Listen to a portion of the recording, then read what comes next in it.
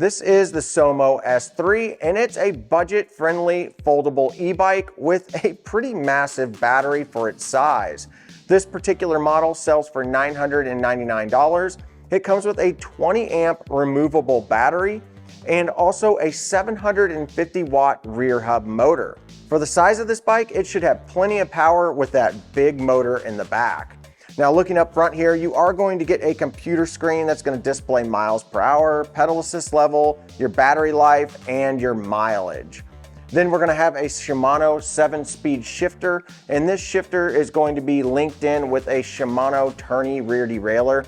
Continuing to look up front here, you are going to get a left-hand thumb throttle, and then you're also going to get a horn right below that. And then it does come with a pretty generic set of mechanical brakes with cutoff switches. Now the mechanical brake levers are attached to some generic calipers down below that are dual piston, and they are 160 millimeter rotors front and back. Now as far as tires that come on here, these are the Choyang 26 by 3 inch wide tires. You are going to get some plastic fenders along with a front headlight and a tail light. Now looking down at the bottom of the bike, you are going to get this kind of weird compartment here, but this is where the controller and all the other electronics is stored. You do get a pretty nice rear rack that does come with a strap that you can use to strap things down, or also whenever you fold this up, you can strap it together. That way it doesn't open up whenever you're carrying it. Now in order to get this large battery out without having to remove the seat, they did install a lever so you can flip up the seat, which makes that really handy whenever you want to take this out and charge it in another location.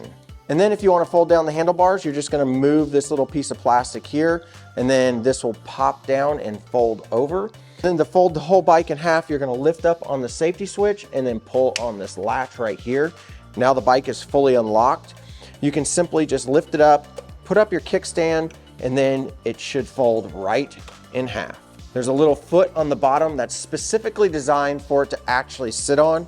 Now that's pretty much everything that you need to know about the Sohamo S3. Let's go ahead and take it out on its first ride and see how well it performs.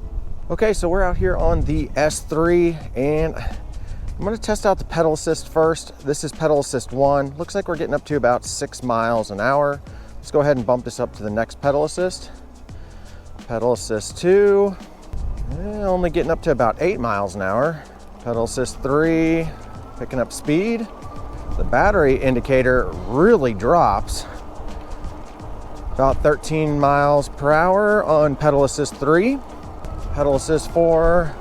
And there's a big difference between those pedal assists. 21 miles an hour. Pedal assist 4 is fast. I'm ghost pedaling and pedal assist 4 at 21 miles an hour. Got up to 23 there on pedal assist 4.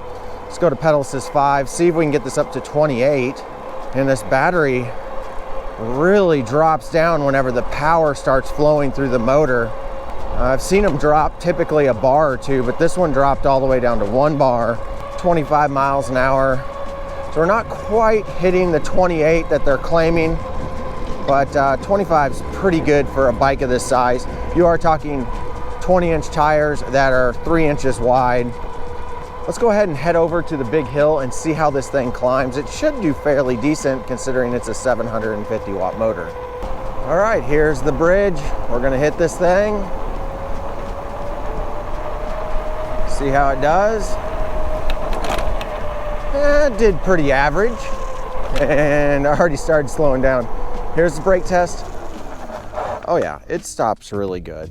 All right, we're gonna start out with throttle like I do on all of these. Get up to a good speed here. I'll go ahead and shift this into gear number 7, the hardest gear.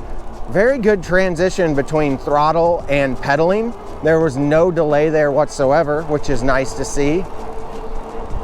All right, we're getting up here to about the 10 to 12% range, and about 18 miles an hour is what I saw. I already need to shift. This is a 750 watt motor, so I suspect that it should pull me up this hill with no problems, but it might be a lower powered 750 watt motor. And if that's the case, it shouldn't have a problem, like I said, getting me up the hill. It just may not do it as quick as other bikes.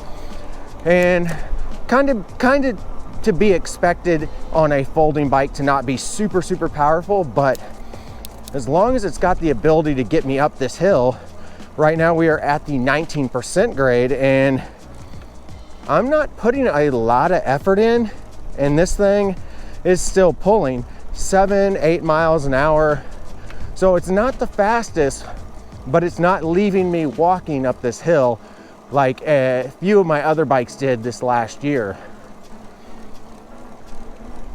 All right, we made it up the hill on the S3, and it did, I would say, a pretty average job. Definitely not going to set any records, but it's also not going to leave you having to walk up the hill. Okay, now we're gonna do the stability test going down the hill. I get up to about 18 miles an hour. Looks like it says 20. We're gonna coast down this hill and see what this guy can do. Hopefully no brakes, but I'm a little bit nervous to take this thing too fast. Whoa, yeah. Woo. It's kind of nerve-wracking on such a compact bike to go over 35, and I hit 35 there.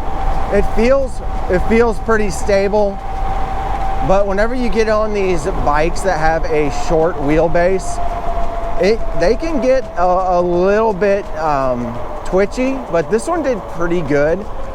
Just that's really fast on a bike of this size. So I did get to 35, I saw, so it is completely capable of high speeds, and it felt relatively stable. My nerves just got the best of me, and I did tap the brakes.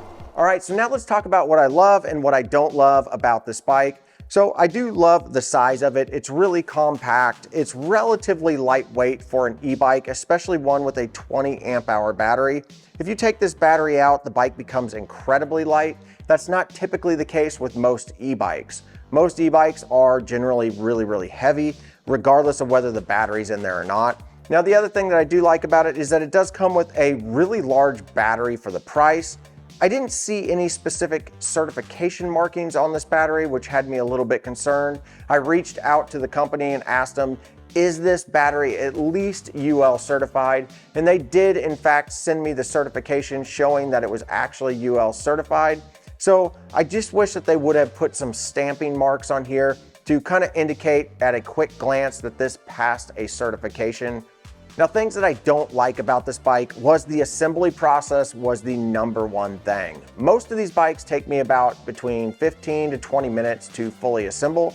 This bike took me over an hour, and I have a lot of experience building up bikes, and I've got to say, an hour is really long for me when it comes to a direct-to-consumer bike. So for a person that's buying this bike that has never assembled a bike before, well, you're gonna have your work cut out for you. The other thing that I really didn't love about this bike is I felt a little bit too compact on it.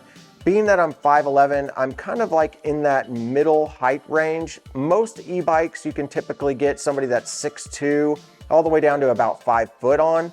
But I would say if you're 6'2", this is gonna be way too small. 5'11" is definitely gonna be the maximum size that I would recommend for this bike. All right, guys, that's the Sohamo S3. If you wanna pick up one of these bikes, use my links down below. I'd greatly appreciate that. But if this bike isn't the bike for you, check out my playlist here at the end of the video because there might be one in there that works perfectly for you. All right, guys, we'll see you in the next one. All right, if you guys are still watching, you are super dedicated and I really appreciate it. If you haven't already subscribed, you might as well click that subscribe button because it's completely free. And also, if you want to become a member to support this channel, go over to my members tab on my YouTube page and you'll see over there are 5 different levels to choose from, all the way down to 99 cents a month. So if you want to support the channel even more and get some benefits out of it, jump over to my members tab and become a member. All right, guys, we'll see you in the next one.